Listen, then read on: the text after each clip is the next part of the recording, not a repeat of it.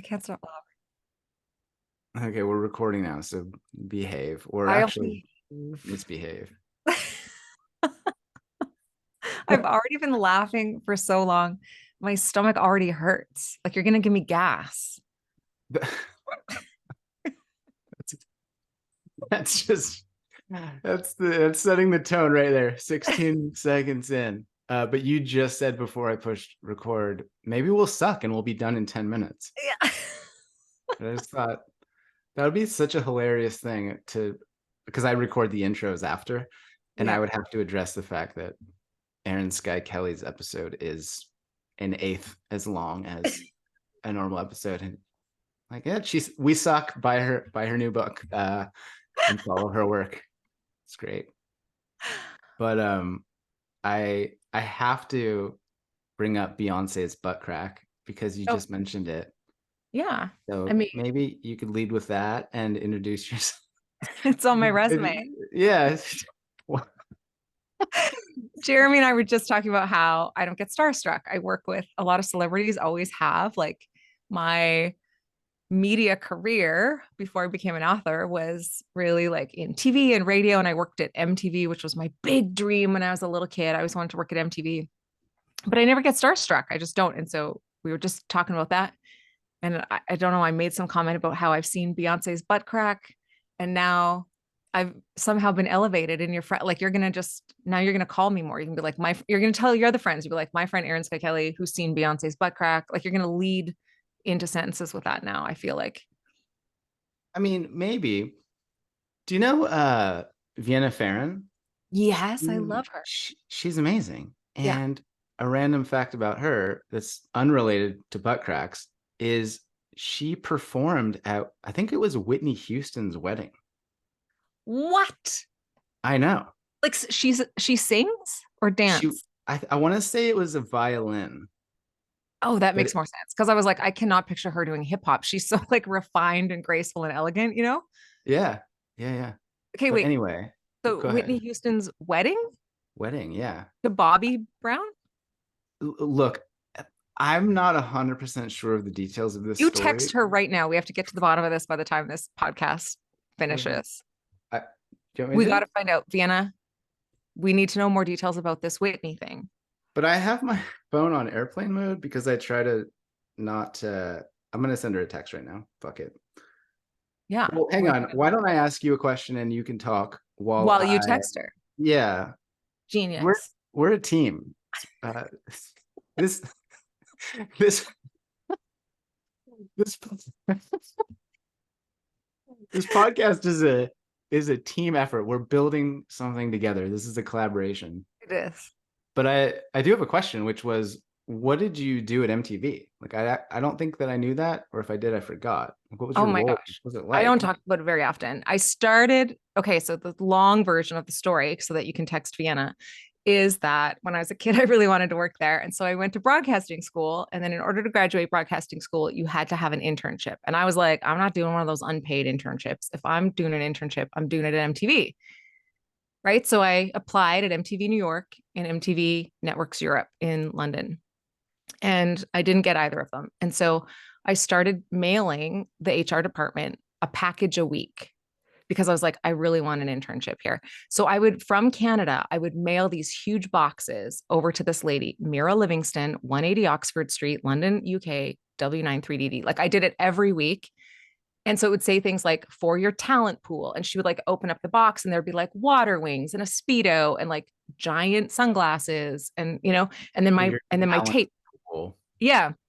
And then the next week it'd be something else. And I once a week, it cost me so much money. Like we use my student loans for this. And so she would eventually started to reply back and say, no, unfortunately, you have to have a work visa, in order. So then I went and got a work visa. And then I'd be like, hi, Mira, I have my work visa. Like I'm sure she thought I was psychotic.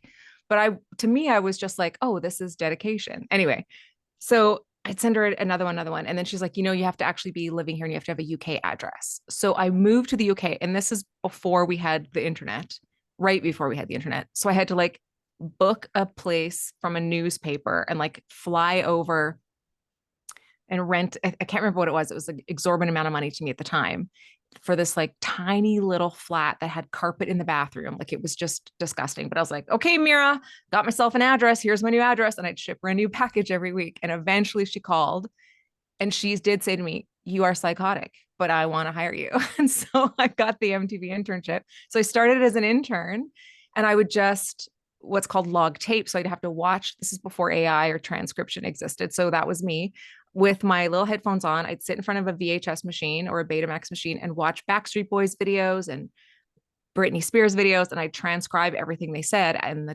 mark the time that they said it so that the editors could have an easier time accessing footage if they ever needed it. And then I worked my way up and I became an assistant music director. And then we opened MTV Canada eventually. So I flew back home and like did that. And that's my story called How I Saw Beyonce's Butt Crack. So that's beautiful. I love that. It's just, the squeaky wheel gets the grease, right? It reminds me of that old adage. And I think I just like the quirky wheel. Yeah, I just didn't have any other options because it was all I wanted. And at the time it just seemed like I don't know what else I'm going to do. So here I go, Mira Livingston, wherever she is now. Yeah. Like, and you still remember her address? I do. 180 actually. I do because I mailed something every week for a year and a half. So yeah, long time. But anyway, that's my MTV story. But that kind of gives you an idea of why now in my old age, I don't talk about it so much anymore because it's like all the kids are like, that's not cool. None of that story is cool. But to people over the age of 35, they're like, it's medium cool. I think it's super cool. I just like stories of people overcoming adversity, identifying something that they want, pursuing a big dream, like going after it. Don't make me sound like I'm an Olympian or anything like that. Like, or that there's a lot of people who deserve that. I just went to the post office once a week and annoyed this lady who lived across the pond. Yeah. Well, you're an Olympian. Like if weird, persistent, quasi-psychotic behavior in the pursuit of an unpaid internship was an Olympic sport, you'd be on the podium. I would. I'd at least be bronze for sure. I'm going to get a random message from someone listening that's like, actually, I have a story for you. I'm like, can't wait. Okay, but Erin Skye Kelly, for real, for people listening that haven't listened to the first episode when you were on the podcast, which is so good. I recall you talking about how you left your mom at a gas station on the side of the highway and didn't talk to her again. We don't talk about that though, because after that podcast aired, she slapped me with a cease and desist letter, which I punched back with another letter. It's a whole complicated story.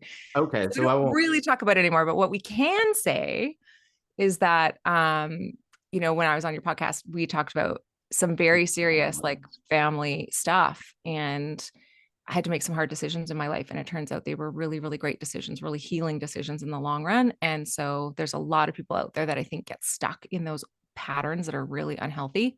And sometimes the only way to break them is to break them. Yes. Amen. Mm-hmm. And so that was the previous conversation. Yeah. Which is on the internet. If you're listening, you can go and download it. If you're already smitten with Erin Skye Kelly and her sense of humor and her peculiar way of experiencing the world. But those that haven't heard that, don't know you, like, how do you describe yourself? Who are you? What's your deal? Yeah, I don't even know. This is so fun because when you and I became friends, it was like we just met and it was like we didn't know anything about each other's background or history or whatever. We just met human to human. And that's my very favorite way to experience life. But of course, we all have all of these labels and titles that people like to put on us to try and like figure that out. And for me, I don't know the answer to that. I'm still figuring it out. But in the meantime, I write books. I'm a podcaster. I work for some super cool, big time celebrity people. I just do neat things. I just like to experience the world and share what I experience, and off we go. So why I'm here today, Dr. Jeremy Goldberg, is to talk about my book, Naked Money Meetings, which is my my newest book that I've written, and that you read on the beach while Kendra sunned her butthole, I think is what she was doing in that Instagram video. It's a butt themed It conversation is we're a butt having. theme conversation. To be fair to Kendra, at that time that I was reading, she was not sunning her Oh, butthole. She oh, was just tanning as a normal oh. person laying on the beach. I don't think I can see Kendra laying out in the sun and not be like, oh, she's tanning her butt. Like she's so in tune with herself and so in tune with nature and Mm. so like energetically connected that if you're like, she's just laying down like Oh I'd yeah, be like, no, there's a deeper meaning here for sure. you're 100% correct. So I would describe things very simply from my science analytical brain. It's like woman lay on beach, Right. for example. And I'm sure the Kendra would suggest that she was, you know, filling her cup with divine energy and solar powered truth or some such thing, which is amazing. And She I love is that. amazing. Yeah. But the jeez, you wrote a second book called Naked. This is actually a segue. Naked Money Meetings. Yes. Your first book was called Get the Hell Out of Debt. Yeah. If you're watching on YouTube, you could see Erin has the books behind her. They look great. But so this leads me to believe that you are involved in the financial area, this Oh, space of money and debt and budgets, which I don't know if you mentioned that in your description of your life a moment ago. probably important to do. I I mean, I may my give you God, a moment now to go ahead this is and the provide problem some with expertise or credentials. this is the problem with being friends is we're just joking around and it's like, Yeah, but I do actual very you're serious work. you do very serious work, and you're like a genius at it, and you have decades of experience, and you write books, and you are renowned, and you have big good ideas. Yes, and I'm also ridiculous sometimes too. So I'll behave from here on in. Okay, Sure. starting now. I'm going to be serious. Yes. So I always have been involved a little bit in finance because when I wanted to go into broadcasting and media when I was a teenager, my grandfather, who was like one of the most influential people in my life, really, really smart man, really kind to me my whole life, like just one of the most impactful people in my life. Big, huge Lebanese man said to me, well, it's great that you want to be in media, but one day, because you're a woman, you're going to be old and ugly and no one will put you on TV. So you need a backup plan. And so he meant that. He didn't mean it as mean. I mean, it was 1980 something when he said this, right? Or 1990 maybe.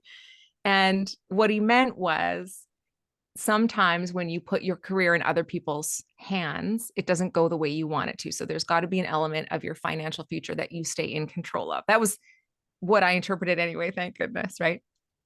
And he was right. And I'm not somebody that wanted to be on TV for attention's sake or wanting to be, I just wanted to like share people's stories and stuff like that. That was more what I was interested in. And so what happened was I became a real estate investor on the side when I was in my teens.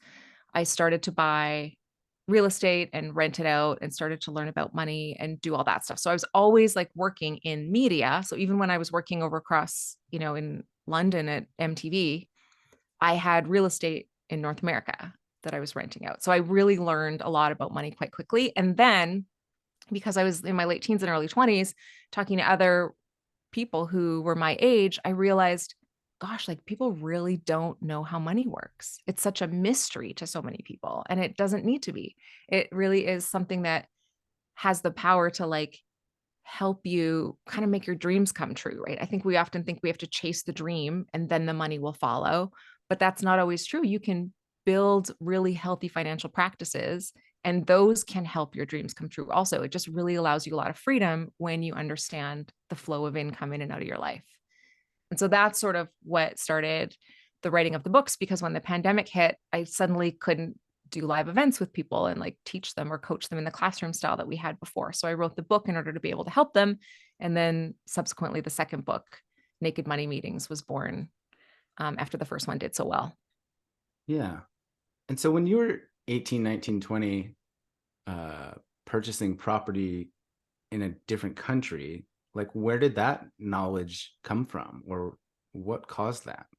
It was a lot of stupidity, honestly. Like, when you're young, you're like, like you're invincible, right? I don't Yeah. think I realized like what could potentially go wrong. So I just went for it. I didn't know any better. And so I just went for it, which turned out to be a really good thing. And I think that happens for a lot of people where, we all know we ought to be investing, whether it be in real estate or exchange traded funds or stocks or businesses, whatever interests you. But so many people don't because of the risk. They're like, oh, I'm afraid I'm going to make a mistake. I'm afraid I'm going to lose money. And what ends up happening is they lose money because they lose out on opportunity cost and they never go after the things that they need to do, when sometimes the best education is diving in and learning as you go. Hmm. Yeah, for any number of things, such as relationships, life. It's like wisdom acquisition requires some risk and some failure and some lessons learned, Yes. some life slaps to the face here and there. Yeah. Okay, and so you were in media, you had a house or apartment or whatever in Canada, you're living your life. At some point, you decide to get into the sort of personal development, financial advising space, or I'm just trying to like track your trajectory a little bit. Yeah. It's all an accident, actually. It was all a very, very happy accident. I don't think I was like, oh, I love personal development. Like I want to do that, right? I just had sort of read a couple of books and got interested in a couple of things. I read a book called Awaken the Giant Within when I was over in London. We had a tube strike, which those of you who live in the UK, it's mass pandemonium when there's a tube strike and there's no trains running and whatever else. And so I was stuck in a WH Smith in a train station looking for something to read. And, there's the top 10 books. I'd never read a nonfiction book in my life, but there was this guy with like really big teeth. And I also have really big teeth. So I was like, I think I could relate to this guy. And so his name was Anthony Robbins. And so I get this book called Awaken the Giant Within and I read it and instantly my life changes for the better. And I don't even know how to describe it because I don't know even if I could describe what it was like before. I just suddenly afterwards, I felt like, oh, I get it. I'm here for a reason. You're here for a reason. We're all here for a reason. And we've got to figure that out and start living that today, even if we don't understand why. Right. So I was really quickly able to figure out like my life's purpose is letting the people around me feel seen, heard, and loved. And so I can do that if I'm standing in line at Safeway. I can do that if I'm helping them with their budgets. I can do that wherever I'm at. And so I had to start like living that out. So Awaken the Giant Within was this transformative moment for me.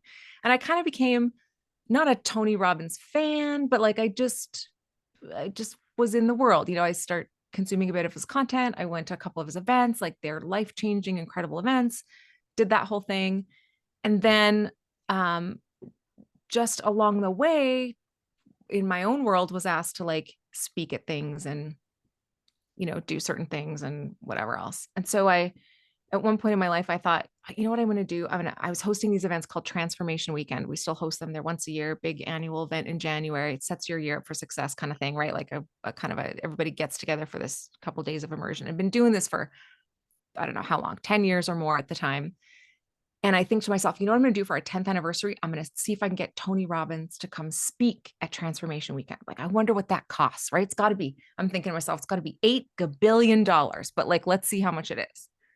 So I contact his office and I'm like, what does it cost to get Tony to come speak at an event? And the lady who I now know, but she laughs at me and she's like, oh, honey, she's like, It's adorable that you think that it's that's so how cute this that you goes. want to do this little thing. She says, we actually only work with one Canadian promoter. And, this is his name and whatever, but she CCs him on the email. And so then now I got this guy's email and me, I'm persistent MTV woman, what's going to happen next. Right. So I email this guy and he doesn't reply. So I like email him again and he doesn't reply. What I later learned is I wasn't actually trying to get him to come to Canada so I could promote his event. But I didn't know the right lingo at the time in events. So I asked the wrong questions. And so that's how this all happened. Happy accident. Anyway, this guy won't return my email. His name was Salim, like just a cool guy. He's unfortunately passed away, which was like heartbreaking for me end of last year, but funniest guy. So he doesn't like, won't return my call. So I email transfer him, which is kind of like Venmo. So back when email money transfers first happened, you had to have a password in order to receive them. So I email transferred him this random amount of money, like $874.12. And then when it says, for the password, I say, for the password, call 403, blah, blah, blah. And I write my phone number in there. So he picks up the phone and I get this phone call. He's like, hey, what's this money for? I was like, Salim, it's Erin Skye Kelly. How are you? And he laughed and laughed and laughed. He was like, okay, fine. I'll meet you for coffee. He's like, I'm going to be in Vancouver next week. Where are you? I'm like, I'm going to be in Vancouver next week too. I was not going to be in Vancouver. I had to get a ticket and go to Vancouver. But anyway, the goober cashed the money, but it was worth it because what ended up happening was from there, he had me speak on some stages that Tony was speaking at. And so I got a new exposure into that personal development realm. And that was sort of how that transition happened. Gotcha. Yeah. So then that MTV story that you told at the beginning is relevant. I guess it's relevant. It all works out. It always does. And that's what's cool about when sometimes you do the thing that's in front of you, even though you can't connect to why, but when you feel pulled or called towards it, the answer is always revealed in time. Like there's so many things in my life where I look now that at the time made no sense. But now, you can kind of see the tapestry, like how it's being woven together in such a divine way that it's like, it's cool. Happy accident, right? Like it was meant to be. Yeah. I call them heart whispers. Yeah. Just these little like, hey, buy a one-way flight to Europe and walk across Spain. And it's like, no, brain, no heart. Like that's stupid. That makes no sense. But I can't not do it. And now Right. you're the Camino guy. Now I'm the Camino guy.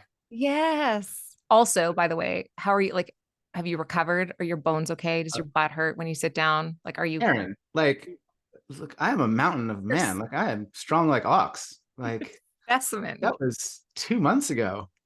Uh, I'm but asking because I would still be hobbling. I would like, but yes, thank you for asking. I am recovered. I'm doing well. I find that like on the second week after, I'm feeling pretty human again. mhm. Um, and I'm thinking about doing 2 Caminos this next summer as just a Yes. There's Can you one of just, those little heart whisper things that the seed's been planted, and I just want to know what that's like for me to try and do that. yeah. And it must be amazing. Like when you're out there with people who are walking it with you, you must see, and you probably still experience it every time because as you know, like you hit a new level of growth, even though you've done the thing before. Now, when you go to do the Camino again, you're a different man. So you're facing the Camino now as a new man. And so you're having a new level of growth, right? But Yeah. like you're also walking with people who are probably, I don't know, like crying, having huge breakthroughs, having to push through things that are like, that must be such a crazy container to hold. How do you do that? I feel like now I'm on your podcast. um, it is a crazy container to hold, and I do it to the best of my ability with a lot of imperfection and humility each time. I think on this last trip, on like the second or third day, I was crying at dinner because it wasn't something had happened. It's a longer story, but it wasn't going like I thought it needed to be going. And it wasn't happening like I hoped that it would. And I have very high expectations and lots of hopes and dreams. And I just was like, look, this is really hard. Like to lead this is really hard. This is not like other retreats that I lead where we go to a resort and we do Right. yoga and we have a chef and they cook us stuff. Like I'm also doing all of this crazy physically demanding stuff along with you. And I'm also not sleeping well. And I'm also like going through my own things that come up while trying to hold a container of 10 people who are, having transformational breakthroughs and trying to coax them through that and support it, blah, blah, blah. So Yeah. it's a crazy thing. It is the wildest, craziest thing. Every person that I've taken on that trip has cried. I can't even imagine not crying. Like it just would be, I did it virtually during the Yeah, pandemic. I remember we Nothing bonded at all. over that. Yeah. Nothing at all like you did. But I did it because I was like, I wanted to go that year and the pandemic happened. And it Yeah. was like 779 kilometers or something like that. I can't remember the number. But anyway, I did 779. And I did it around my neighborhood in suburbia and cried. You know what I mean? I, and I slept in my own bed. You know, I Yeah. did. Like, it is so hard mentally. And so it's so cool that you have that. Are you compartmentalizing when you're doing it with people? Like, are you like, oh, I'll deal with my stuff later, this person's is more urgent? Or are you like literally going through it at the same time? It depends. Like Mhm. sometimes both. Like I had a really great conversation with a woman in a random lunch spot about alcoholism and sobriety and motherhood. And you know, I'm in it all. Like, you know, that's a tender spot for me. So we were bonding. And then other times I just have on, you know, I'm sure that you do also at times at events or coaching calls where I'm like, put the hat on. Like, no, Mm, no. Like my shit is irrelevant at this moment and I'm dropping in and I got you and let's go. that's cool. Um, yeah. So it's wild. It's a wild thing. And It's such a good metaphor for everything, right? Because it's like the 100%. Camino is like such a, I'm talking like I know. Did you hear how I just said that? Like I I was did, about yeah. to just No, like give you, you walked it. but anytime you walked it in Calgary, Alberta, Canada, You control, temperature control without a backpack. But what's anytime you put yourself through like that kind of, it's more, even though it's a physical challenge, it must be more mental than anything else. But anytime you do that for yourself, it's such a metaphor for everything. Like you think it's about the walk or you think it's about the blisters or you think it's, and it's right. Like it's such a magnifier for so many other yeah. things. Yeah. And you know, you get to your edge. There's no makeup, there's no masks, there's no disguises, there's no costumes. At some point you are so exhausted, you can't maintain the energy or desire to not just be who you are with what you're feeling. But Mhm. if I may attempt to transition this back to a podcast where you are the guest, Listen, uh, people are here for you. I'm just doing what the people want. I'm giving them what they give want. people what they want. But I was actually going to bring this up. So this is a good point. When you're talking about the Camino being, um, it's not about the walk. It's actually about the transformation that's happening, and the Camino is just kind of the thing that brings that along and alive. I have had several thoughts when I'm reading your book, the new one, Naked Money Meetings, where I've had this moment and I like shake my head in admiration, thinking, oh, this is a personal development book. Like, this is not a book about money at all. She's done a really clever, hilarious, excellent job of marketing this as, oh, this is about budgets and money and finances. But a lot of the content is very Trojan horse like delivered about awareness, emotional intelligence, holding space, having boundaries. And so I wonder if you could speak to some of that. Um, Share. yeah. I've been on I don't know how many podcasts and done all the media stuff or whatever for this book. Yeah. You are the first person and the only person to recognize and know that. Really? That's super cool. Yes. Yes. Because everybody's like, oh, tell me about the numbers and tell me about the whatever. It's super cool. But here's the truth is when we struggle with money, if we struggle with cash flow, if we struggle with keeping a job, if we struggle with fighting with our partner when it comes to money, it's not about the money. It never is.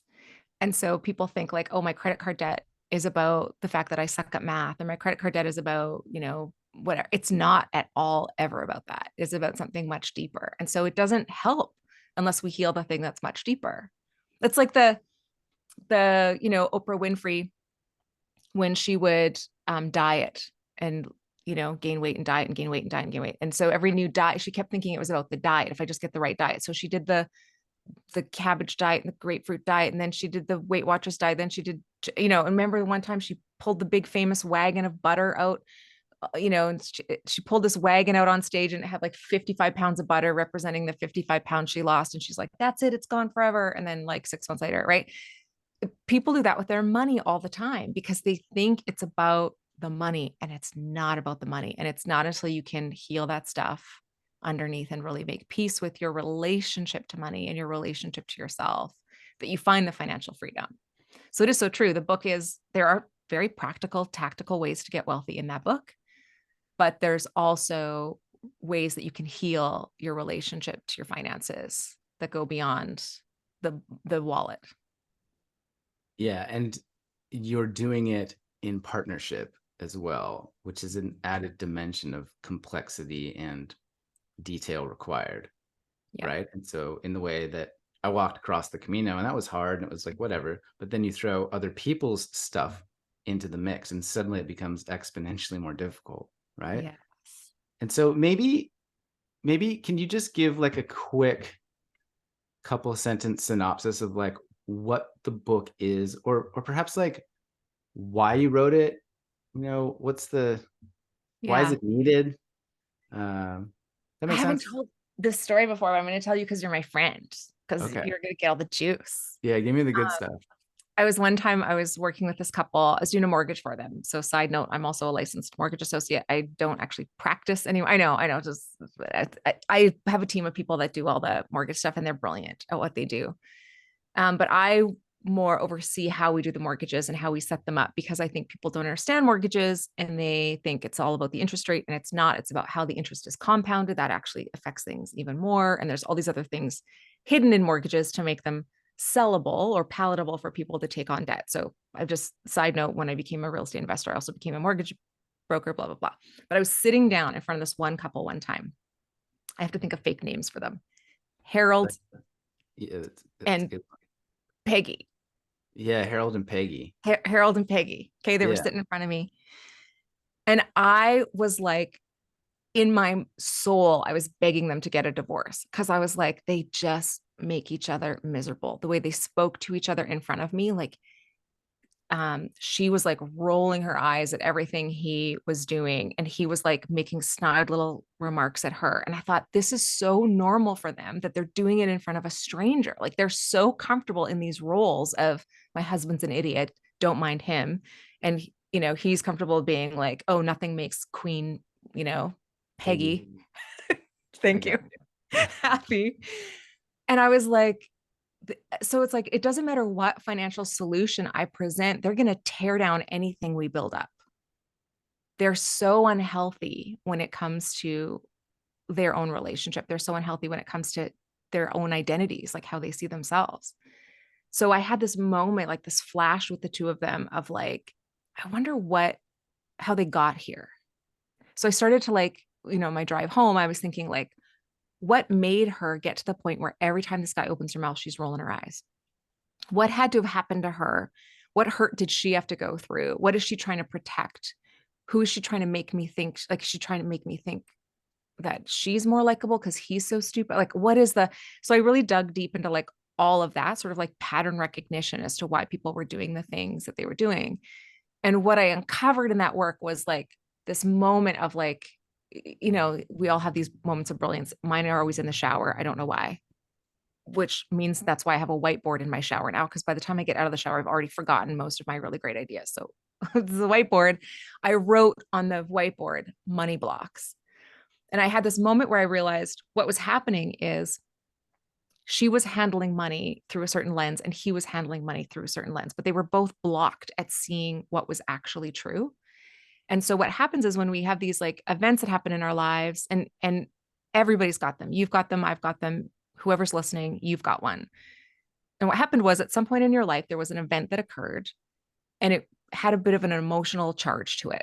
That's why you remember it. It's why it became a memory. So you have this like emotional charge where you experience something and then you make it mean something because you're trying to make sense of it, especially when you're younger. And so for some people, it's as simple as, their sister got a larger piece of cake. And so they started to feel like they weren't worthy or whatever, like anything. You can really pull these out of anywhere. But what that does then, if you're not conscious of what you're choosing, if you're choosing a disempowering meaning or an empowering meaning, if you're not conscious of it, it forms a pattern. So then you start to look for things that are true. So you start to look for ways that you're unworthy, or you start to look for ways that your sister's the family favorite, or you start to look for ways, and that forms part of your identity. And so I started to really uncover like, wow, there are what I figured out to be 8 different kind of major money blocks that prevent people from building wealth. And when those people are in relationship with each other, where those blocks intersect, then forms the pattern in the relationship. So, for example, money blocks are things like the lack block, right? That's a style of thinking where you believe there's never going to be enough. And so you're always looking at life and money, career, wealth, everything through the lens of like, I'm never going to have enough. And somebody else might have what we call a spend block. So they're blocked from building wealth because every time money hits their account, they need to get rid of it. They don't trust themselves with their own resources. They don't feel whatever they feel, right? So they're spending right away.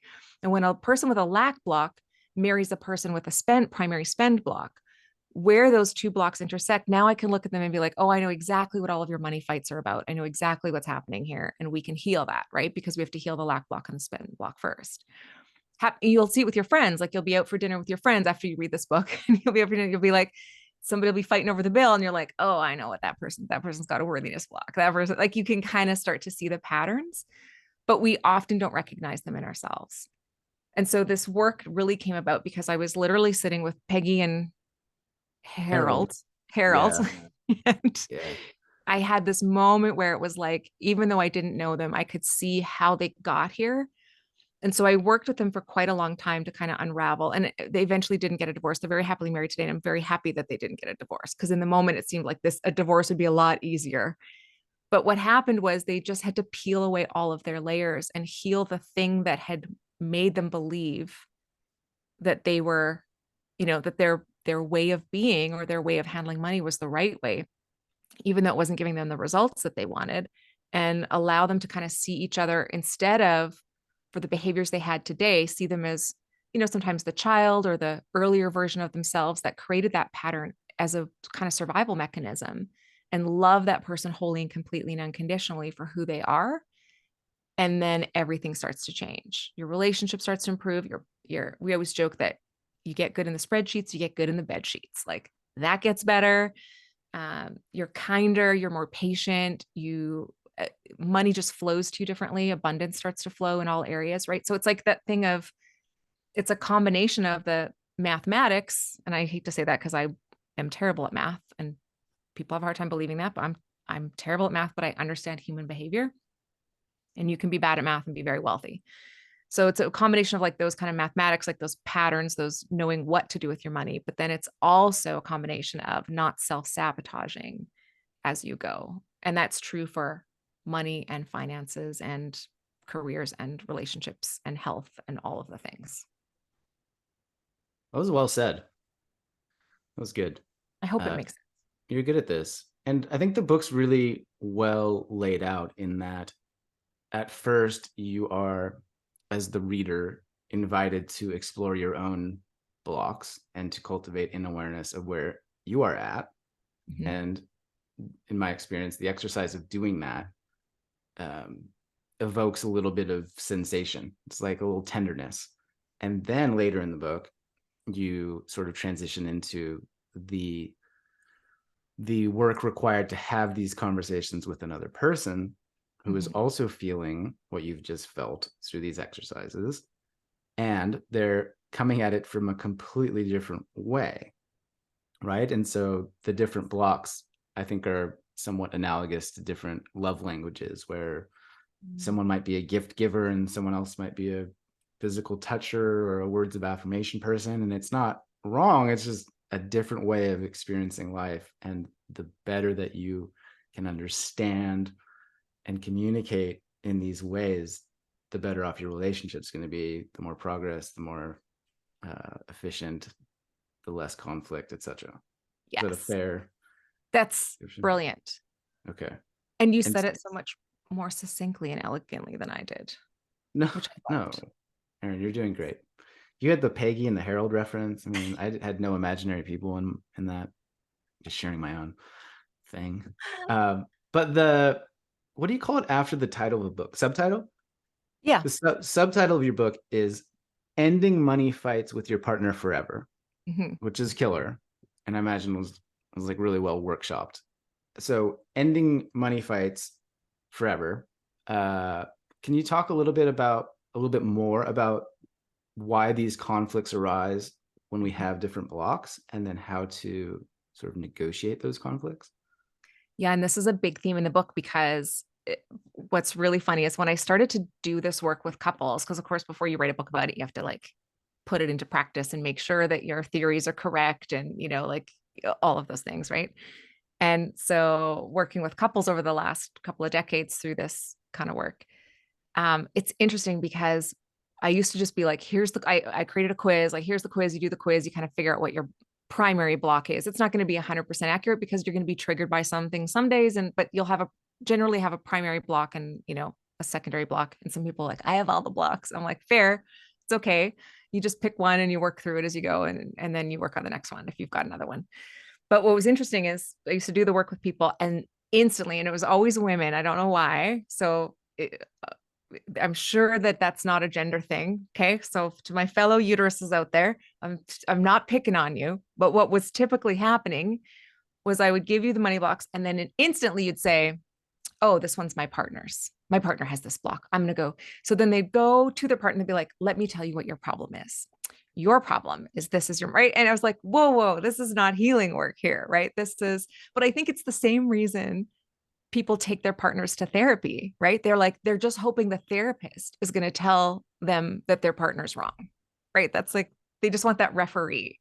And so the theme throughout the whole book is you really have to heal your own block, because when you are in a pattern with somebody, you can break that pattern simply by healing your own block. They don't even have to change in order for you to heal and start to do better financially. They don't have to heal it. They don't have to, nothing about them has to change. And the other piece about it is it has to be really safe for your partner to stay exactly the same, because not everybody wants to grow. Not everybody wants to change. And one of the things I hear so often in personal development, I'm sure you do too, is when people start a trajectory of growth in their own life and their partner's disinterested, they're like, how do I get my partner on board? And the answer is you can't. You have to just love them wholly and completely for who they are. And if you get to that place where you're like, well, I'm doing all this work and my partner's not doing any, and it's really frustrating, then you haven't done enough work yet. Because it's not until you get to the place where you're like, you're okay with who they are and you're also okay with who they may become, that you're actually at that place of unconditional love for them and you. So it's just such an important piece of the work that we understand. All of this is going to stem, every piece in the book is going to stem from you healing your own blocks first. And if your partner decides to heal their blocks, great. And if they don't, great. But usually what will happen is when you start to do this work and you're tracking, your net worth, or you're tracking your whatever version of your finances you're trying to improve, as you're making progress, that's usually then when a partner will be like, wait a second, what are you doing? And that's your invitation to be like, oh, you could, check this out and see if it resonates with you. And if it doesn't, great. And if it does, wonderful. But that's sort of like how things start to change and heal. It really does mean that you have to do the work for you and no one else.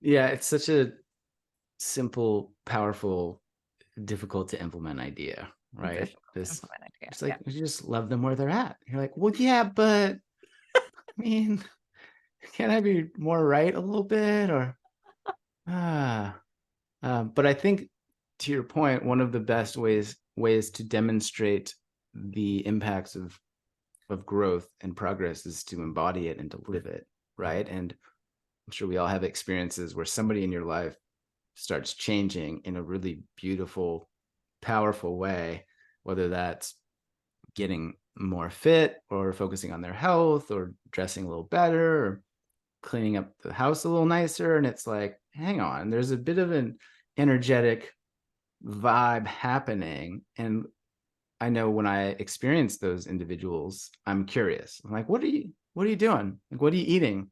What's your workout routine? Like, what's going on with you? Like, talk to me. I notice it. I see it. I want some of that. Yeah. Versus people that are like, oh, you got to try this new fitness program. You got to eat these spirulina celery sticks. You got to like try it. It's like, nah, man, I don't, whatever. Yeah. But when you're living it, yeah, it's quite different.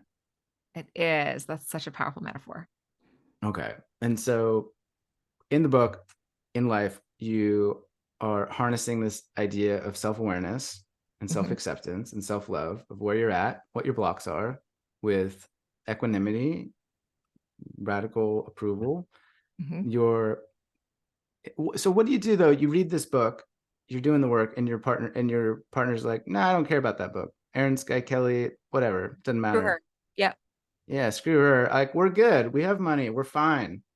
Right. But then the other person is like, this is analogous to, I want to go to therapy. And they're like, no, we're good. Everything's fine.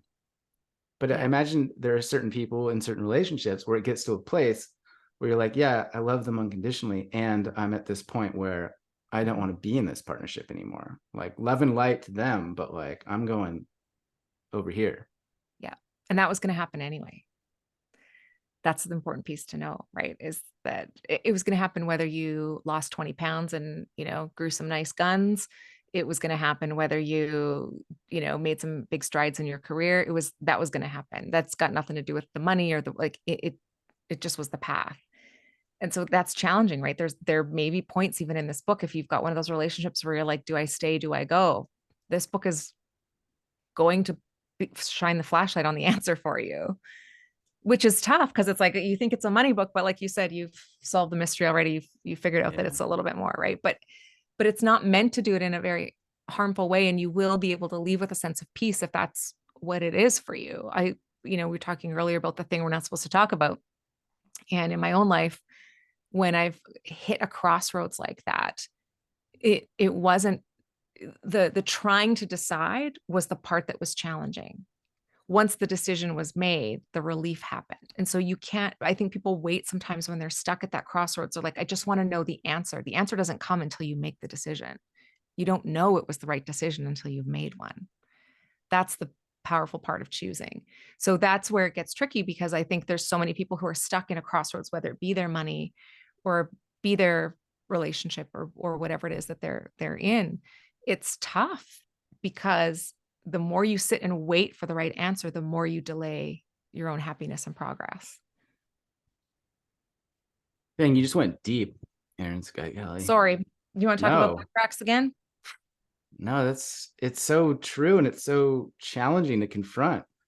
But I will affirm that your book does an excellent job of simply shining light and asking questions, and doing it in a really humorous, like, you're super funny. Like, your writing occasionally had me chortling. I'm like, wow, she put that in her book. That's incredible. It's amazing what they made me cut out of the book. So, one day I'll send you the manuscript, because I think you'd enjoy that, but I don't think the general public would.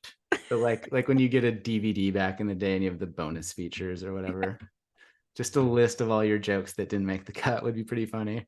Yeah, that's right. Okay, so the book's out. You've got decades of experience. What are some of the things that you're hearing from people that have read the book? Like, have you gotten good feedback, surprising feedback, bit of everything? People are so awesome. Like, this is always the part that, because I have the worthiness block. And so it's one of the things that I'm always working through. And so in the beginning, of course, the people who buy your book right off the bat are all the people who love you or who love your previous work, or they're already fans, right? So the feedback is always so great. We're about 6 months away from the bridge trolls coming out to be like, this girl used the word twat waffle in her book and whatever, like, you know what I mean? Like, that's coming.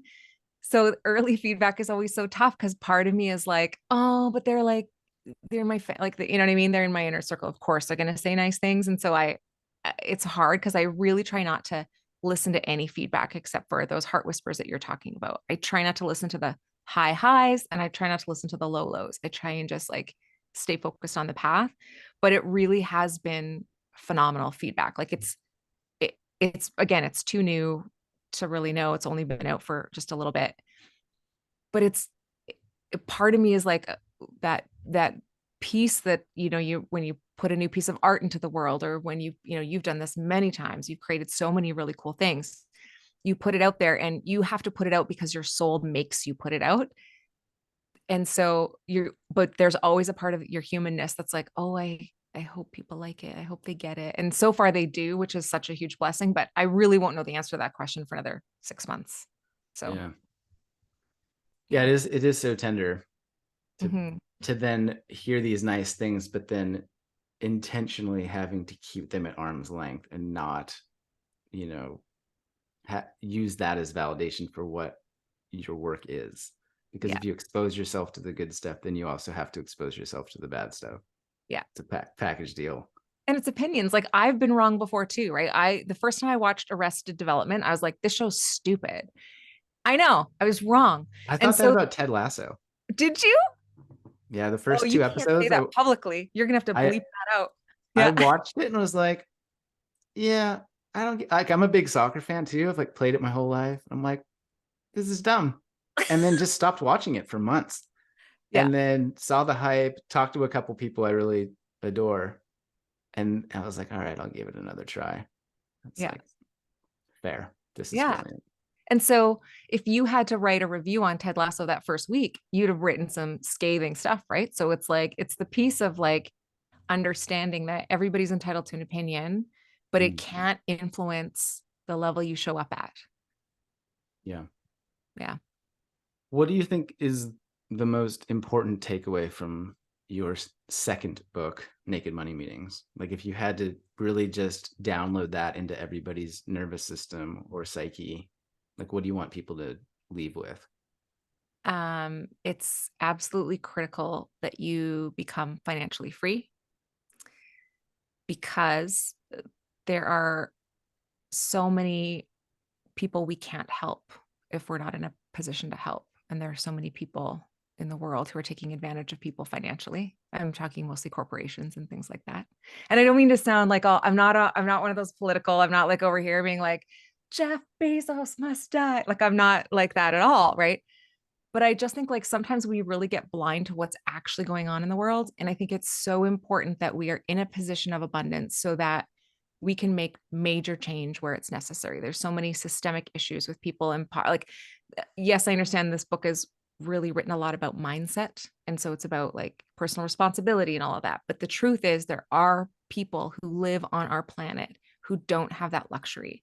And so if you are somebody who is in a position of privilege to be able to purchase a book or get one from your library or something like that, it's important for you to do this work so that we can free more people, because otherwise we're just going to end up with so many more adults who are working in a job they hate in order to pay for things that they bought 5 years ago on some kind of credit, and who then get trapped into missing a lifetime of experiences like going to Spain with Jer and doing the Camino because they have an obligation that they have to meet that brings them zero joy. Yeah, so this book, when I said was a Trojan horse for personal development, I feel like it's one of those little Russian dolls where like in the Trojan horse personal development, we are talking about the liberation of the planet. That's Profound that's right. level. If you pull the horse apart, I'm like the butt of the horse and you're the head of the horse. You know what I mean? We're in Yeah, that we're like like, horse costume. Yeah. let's go. But it is important, and you talk about that in the book of like, hey, you know, if you spend X amount of dollars a day at Starbucks, X amount of dollars a month, that $40 a month, whatever, it doesn't seem like a big deal. But when you add that up over a year, and then you think about the impacts of compounded interest moving through time in a decade or two, suddenly your perspective is much different to the day-to-day one that you routinely have based upon your patterns, triggers, habits. Yeah. And I don't hate on Starbucks because I drink it every day. And I don't hate on, any habits that anybody has, but I do think they need to be made consciously. Yeah. I think as long as you know what you're choosing and why, and also that it's not derailing you from your ultimate goal. You don't want to wake up at the age of 70 and be like, I wish I would have planned for retirement. I wish I would have taken better care of my health. I wish I would have asked that girl out on a date. Like you want to make sure that you are experiencing as much of this as you can, getting the most out of it as you can. And that's easier to do when you've got resources. Yeah. And you do an excellent job in the book of, I feel like I haven't criticized the book at all. And I feel Oh, like, hit me with the no, criticisms. I don't necessarily, I'm just, when I started to offer another thing that I liked, there was a part of my brain that was like, bro, you sound like just like a paid cheerleader right now, like a champion. Like you're not giving the listener the full deal, you know? Like it's just such a one-sided opinion. But I really do think it's a good book. And I think that if anybody listening is having financial blocks, even single, maybe we should hit that, because like this is branded as a book for couples. to have end your money fights with your partner, I could see people being like, why me? Well, I don't have a partner. Like, why the heck do I need to read this book? I don't fight with anybody. Like, I'm the dictator of the household. Like, I'm good. Like, what do you say to that fictitious person I just made up? Jonah. Jonah. What's interesting about that is when we were designing the book and we were trying to figure out how we were going to present it, and when you go through all that work with your publisher and your editors and all of that, that whole conversation came up so many times, and we were really just trying to figure out, do we market it to everybody? Do we market it to just, what do we do? And so it was born out of that conversation with Harold and Peggy. And who's now, that's only now the only names I'm ever going to remember them as. But so it really was about that, because really where those money blocks intersect was where this powerful work came from. But what's been interesting from all the singles that have read it is they were like, they can look back on all their past relationships and been like, oh, I see. I understand what was going on there. I understand where his pain was coming from or her pain was coming from. And the other nice thing about it is as you're dating, if that is of interest to you, like lots of single people are interested in maybe one day being in another relationship, this really gives you a framework for listening to people as they're talking about everything from money to their family relationships to what's going on. You'll be able to hear little blocks in their language, and you'll be able to kind of get a better handle of where their pain is coming from, so that you can more tenderly carry their heart. So you're not like walking around accidentally stepping on buttons or landmines for them, so that you guys aren't triggering each other. And so that you're really like listening and having honest conversations about who you are and what you value, without being like, oh, that's not, just pay off your credit card every month. That's what you should do. Like all of that kind of language and stuff like that. I think it's just a critical book for anybody who has a relationship with money. And ultimately, I wish we had just called the book, instead of Naked Money Meetings, Ending Money Fights with Your Partner Forever. I wish we had just said Ending Money Struggles Forever. It's really what we should have called it. Yeah. Because most everybody has friends or family, even if you've never been in a relationship. It's like, you're involved with this. If you have to go and buy things, or talk about purchases or make plans. But when you were talking about looking back at the past conflicts or arguments and having those aha moments, I've had similar reflections when I've learned about love languages or boundaries or codependency or communication styles. It's like, oh, dang. Yeah. Oh, that would have saved me so much time 3 years ago and a lot of heartbreak if I'd just known about this book or this podcast or whatever. Yeah. That so makes a lot of sense. Yeah. All right. I'm going to check my text messages. Yes. Well, this is going to be super anticlimactic. Probably with clients all day. She's so busy. She's busy. Let's see. But as I do this, it's loading. It's like connecting to Wi-Fi and shit. Okay. Any final thoughts? Anything that we missed where you're like, Jeremy, bro, why haven't you asked me this? Or no, I don't. I'm just here to see your face and connect with you. It's been too long, and I haven't talked to you since the Camino, so I needed to know about all that, and I needed to know all the things. So she wrote me back. She did. Yeah. She said, "I'm holding it up for you." Ha ha ha. Yup. That's all we get, Vienna. Yeah. She played violin at Whitney Houston's wedding, so hopefully that's like record. We need video. We need video. Oh, cool. You're the best. I just adore you. I've known you for years. I just think that you're one of the people in this whole entire space, money, personal development aside, that approaches it with compassion, humility, humor, and integrity. I think you walk the talk, and I trust you. And so I think for those listening, like, that's my stamp of approval for Erin Skye Kelly. And it's meaningful. I know that there are a lot of fucking razzle dazzle charlatan sellers out there manipulating people about their money stories in an unethical way.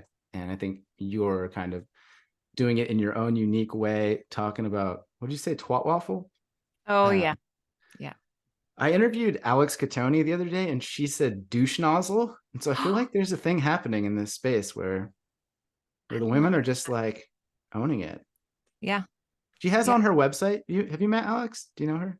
You and I, do you remember how you met her? You and I you'd sent me, maybe I'm thinking of the wrong person. Didn't you Okay. send me one time on Instagram? You're like, hey, check this girl out. Like she seems super cool. And I was like, oh my gosh, she is cool. Isn't that who we were talking about? I don't remember And that. then that started I got to go back through our DMs Okay. then. But Alex Catoni, she's super cool. And on her website, she says her mission is to de-douchify the internet. I love that. You would like her. I think we're both thinking of the same person. You and I talked about her. Not that I like Jackson's partner. look at me trying to like pee a circle around this, like as if I've got some like, you know, Did you pee a circle around it? you know what I mean? Like you and I, hang on, you sent me her thing. This was like, I got to go I back don't know. like a year or two. How long have you known her? Oh no. We're 5, 6 years? No, 6 or Okay, 7 it's not her years? because I don't think it's her then because I'm like going back. I'm like, there's our Spirit Airlines conversations. Oh, Like, geez. here's our, yeah, your just Okay. all of our memes Hang that we on. send back and forth and Erin, jokes. hang on. Wait. So Erin Skye Kelly, you've got 2 books, Get the Hell Out of Debt, Naked Money Meetings. You've got an Instagram account, you have a website. Are there other places that you would direct people to get into your space? I'm just Googleable. That's the only thing. Okay. Oh no, I don't know her. Okay, I was wrong. Sorry. I'm following her Okay. now. Following right now. She's a Um, marketing expert. she's gorgeous also. I really like people who like radiate that. Like she just radiates awesomeness through her face. She's a vibe. She's got Yeah. like big energy and she's bubbly and she's a genius. Like she's so Yes. good. Um No, you anyway, can Google me, but I just also wanted to say that I really love your podcast. And I just think it's so important that you keep doing this because I know you were just giving me a million compliments there a moment ago when I was pretending not to hear you. But yeah, I noticed what that your you worthiness block just had a whole fortress up. I was like, she's not even okay. no, but what I was Excuse going to me. say to you was you can only see those things in me because you've got them in you. And I just think what you do here is so cool. And I'm just so grateful that we're Yeah. buds. Yeah, back at you. Is it random? But have you given a TED talk? No, because no, let's just say no. Because why? You can't just do that on a Because I'm podcast. deathly shy. And so when I do talks or what I do, I try and avoid a lot of internet stuff. You'll see that on my Instagram. It's one of the things I work hardest on. My dream is to live in the forest with a bunch of forest animals and write books and hide from humanity because I'm deathly shy. You want to be like the Snow White of money and finances. And so now we have a team of people who are like taking bits and clips of me from the internet and like making content because I refuse to. So that's how we Yeah. get around that. Because if it were up to me, Well, I I just can would. send you the video from this and your team can work its No, magic it's good. for It's sure. fine. No, we're good. But I was just thinking like this would be a really cool TED talk. Like I think you've got one in you, Yeah, and I think you could do it for me. That'd be great. You could just, I've done one, I know and you have. It's yeah, killer. I had a Your long beard and distance love everything. bombs. It was a different life. I was a different man. You were. But I mean, that might be like, I'll just plant the seed. You don't have to do anything, of course, but I could see you on that red circle being like, yo, let's It talk would about naked money meetings and what is it? Twat waffles. take a lot of bravery, but I will ruminate on that for a good Yeah. solid 3 hours before I decide to not do anything about it. All right. So if you're listening, I'll put links to all our stuff in the show notes. Thank you, Erin Skye Kelly. You're the fucking best. This has been a ride and a half, and I just appreciate you. So come back anytime. Thanks, bud. I called you bud like you're 8.